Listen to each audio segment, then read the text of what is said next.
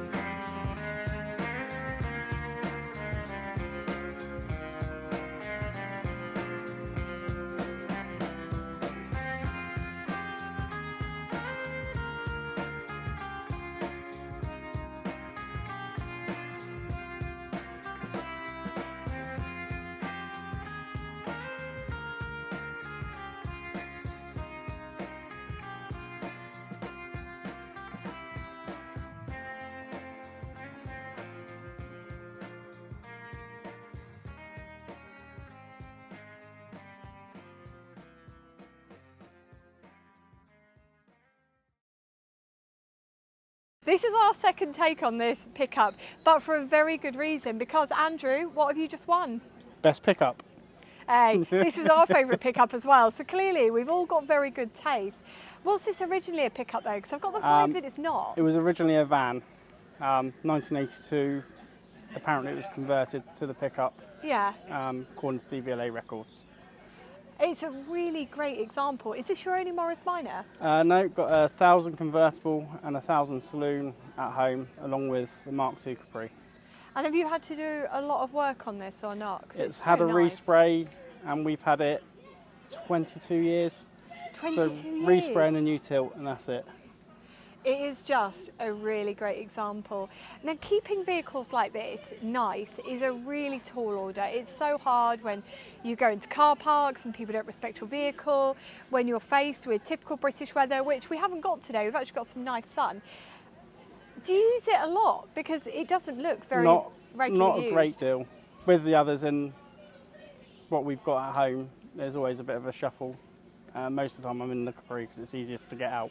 Yeah, fair enough. It's just Such a great bit of kit. Well, have a really good day. Congratulations on your win. And thank you very much for coming from Southampton to Beaulieu and showing her off. Thank you.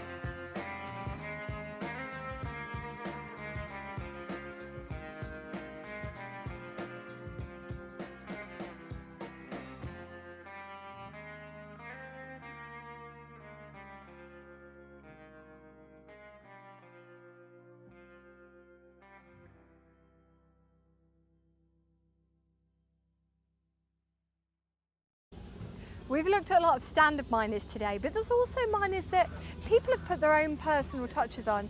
And as I show you around this, you'll probably notice that it's not your typical Morris miner. It's owned by Amanda, who you've probably seen in other videos, because you've been in other bits and pieces, haven't you? I was talking about life at Ford. Yes. And working in the motor industry. Yeah. So Amanda's got a really great automotive background. She's had an incredible career. But what led to this? How did you end up with your Morris Miner looking like this? Because Alec Issigonis certainly didn't sign off this design at head office. It was something I'd created in my mind, and then I drew a picture. And at the time I had an Escort cabriolet. Yeah. So it was influenced by the roll hoop that's in it. Oh, okay. And at the time it was all colour coded, no chrome, and that was what I drew up and found somebody who could actually build it for me. Brilliant. So that was 31 years ago. Yeah. That I received the car in a maroon with a grey roof, and people may recognise it, you know, may recognise a little bit of that there, but I've changed a lot from that original concept. But I always wanted a convertible Morris Minor. I'd had fast ones before, so this was like what I really wanted, a bit of a hot rod. And I just drew it and had it built. You say it so nonchalantly. Amanda says it like she's down at Subway picking her sandwich order. But there must have been hours and hours in this. How long did it take? To get it to here, it's 31 years. 31 years, that is a lifetime. Basically, the first one I received in '93. Yeah. Then I found a Fiat twin cam engine for £99 with the gearbox on eBay. Nice. So I had to buy it. Yeah. And then it became, right, I've got to fit that engine. The car had the basic looks, but it wasn't executed to the standard I wanted. Okay. So I just basically took the whole thing apart, stripped it back to bare metal, did all the bodywork, prepared it for the paint, sorted the engine bay out because that's all clean and smooth. I made all that, welded that, put panels in and everything, put the extra gauges in the dash. And then I was moving house. The best place to store your car while you're moving house is in a paint shop. So that was the mission. I put it in a paint shop and that was there for 2 years. Really? 2 years, yeah. Then I got the car back, rolling, painted, this beautiful, beautiful paint job by Rob, the paint. I don't know what his proper name is, but... Is it black? It is black, yes. Because it looks almost, it might be quite difficult to see on the video at home, but in certain lights it's almost picking up certain purple tones. It's beautiful finish on it. It is stunning, it is stunning. It sat in the garage then because I had cancer, so I couldn't do anything with it. Yeah. And a very, very kind, great guy in Scotland called Steve Cook, he volunteered to put the thing together for me. I had everything in boxes, but he put it together for me. So even bigger Dave, my mate, with the transport, I took it all the way to Scotland. And Steve then carried on, and that was when COVID hit, so he was working on it through COVID. And finally, I drove, its first proper journey was from Scotland to Kelmarsh in Northampton. That's first journey. Scotland to Kelmarsh? Yes. And it was driven all the way? Yes. How many miles is that? I don't know, but it was a long way. Do you reckon it's over 250? Yeah. It was a long way. Yeah, and it just shows as well, not only how well these Morris Minors can stand up when you're using them, great distances, but also it talks about our community because we've both been part of it for a very long time.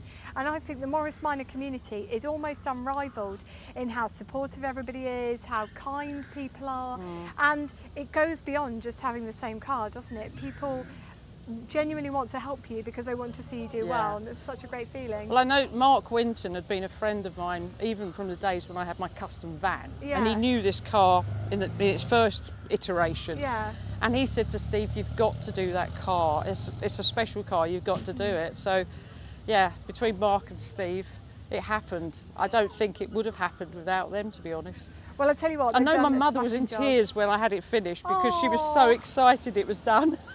Well, they have done such a great job. So if you're watching this, Steve, you are an artist. You're not just someone who puts together cars, you're an artist. This is just so wonderfully finished. And a lot of people, I'm certainly not someone who loves a modification, but even this has won me over. I think it's just superb. I should give my brother a bit of a name check, Steve Wright, because he did build the engine. I had the engine completely stripped, and with his help I rebuilt the engine as well. And the Lionheart in upholstery in Scotland did the seats as well. So. Oh, it's really great, and I'm so pleased that you're here today at Moggy Fest. But where will we see you next? National Rally?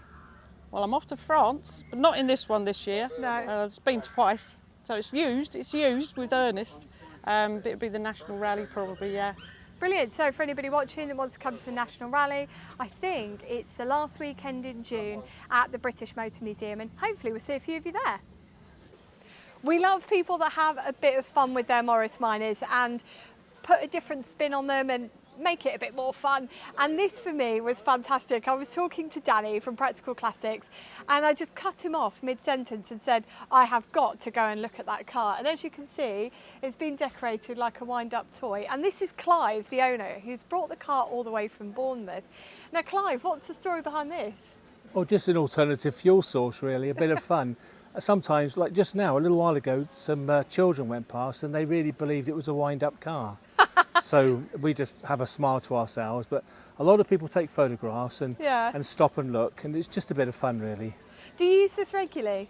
Yes, it's used all year round, yeah. Oh, really? All year round? It looks yes. that nice? Yeah. Oh my goodness. Well, your weather must be better down south than it is up north. It's kept in the garage. You were saying that you enjoy this car with your wife. Do you both take it out? Or? Yes, we do. Yeah, I've had it 28 years now. 28 years? And what made you pick a Traveller in the first place? I just liked it. I just enjoyed it. The fact it looked like a Wendy house with the glass all round and the wood on the back. I've always liked the look of them. And have you owned any other Morris Minors, or is this your only one? No, just this one. Oh, really? Mm-hmm. And have you had to do a lot of work in the last 28 Just keep years? it on the road, really. It's trying to keep it as original as possible. So it's not concourse. It's just when something needs to do, I do it, and just keep it on the road. Can I just say for viewers at home, Clive has just said it's not concourse, and I've just looked at it and thought, this is as nice as any concourse car that I've seen. It's beautiful. You're very modest. It's a lovely car. Now, the one question I've got, and I think that many other people would have about a traveller that's used all year round, how do you keep your wood looking so smart? Well, it's varnished every now and again, rubbed down and varnished. It's kept in the garage. Don't go out deliberately in rain and horrible weather, but if it's caught out in the rain, then that's one thing. And just make sure that it doesn't start getting bad, keeping on top of it, really. Yeah. Well, you know what? Well done. 28 years of hard work is very evident. She's just really nice. Thank you. And thank you so much for bringing her. Thank you. Thank Cheers. you. They say that a story that's been repeated 1,000 times is never as good as when it was originally told. And my friend Richard, who's walking around with me, going around Moggy Fest and Beaulieu autojumble, has been pointing out the rare Morris Minors and saying, oh, blah, blah, blah, and telling me all these facts. And I'm like, okay. And so instead of me trying to parrot it back to you and remember it all, and I thought, why don't I just flip the camera around, and instead of Richard holding the camera, I'll hold the camera and let Richard talk to you at home and talk about these cars. So without further ado, let me introduce Richard, who has been on many a Morris Minor video, and he's going to tell us about his favourite rare cars at Moggy Fest and share a few facts. Hello Richard, bit of many test videos now, obviously mainly Morris Minor videos is my thing. Walking around Moggy Fest, it's one of my favourite events. I always love Moggy Fest, it's brilliant. I've always gone to Beaulieu autojumble. Obviously this is a spring autojumble and it incorporates Moggy Fest, so it's really good fun. Steph was saying just pick out a few minors that really grab you, and these two GPO minor vans are brilliant, fantastic vans and well worth a closer look. So many differences between a civilian van and a GPO spec van. Everything is different. So there are some really great details, and this postal van here has retained so many of those little details. The Yale lock on the door, rear locking bar mechanism, the divider, there's so many things, and all these things get lost because when they were demobbed, as it were, you know, sort of sold off at the end of their usage with the GPO, all these features just used to get ripped off and they'd be sold to the local builder or whoever, and he'd just use it as an everyday van. So to have a van in the proper livery with all the original features still on it is extremely rare. And again, obviously the postal, and then we've got the GPO engineer's van, the telecom van, well, engineer's van, you know, complete with ladder rack, opening front screen. There's no heater in these at all. Your only heat really is the warmth of the engine, but in terms of demisting, you open the windscreen. You just open that up, so in an icy winter it must have been absolutely Baltic, but that's all you have. On the very first ones, so these are steel-winged ones, these still retain the first series of the A series, the 803, but they've got steel wings because they're sort of 55, 56, 57. The first GPO miners, and I'm talking only really the first full year, very late 53 to very late 54, have rubber wings, and everybody always knows, oh yeah, rubber wing van, blah, blah, blah. I've got one of those. I've been looking for one for years. I got hold of one with the wings, so that's one of my projects. But they even have a wooden fascia on the dashboard. They're even more archaic. At least these have got proper dashboards. But yeah. So Steph will show you around these and show you a bit of footage of them. But they're brilliant pieces, and a pleasure to see them here.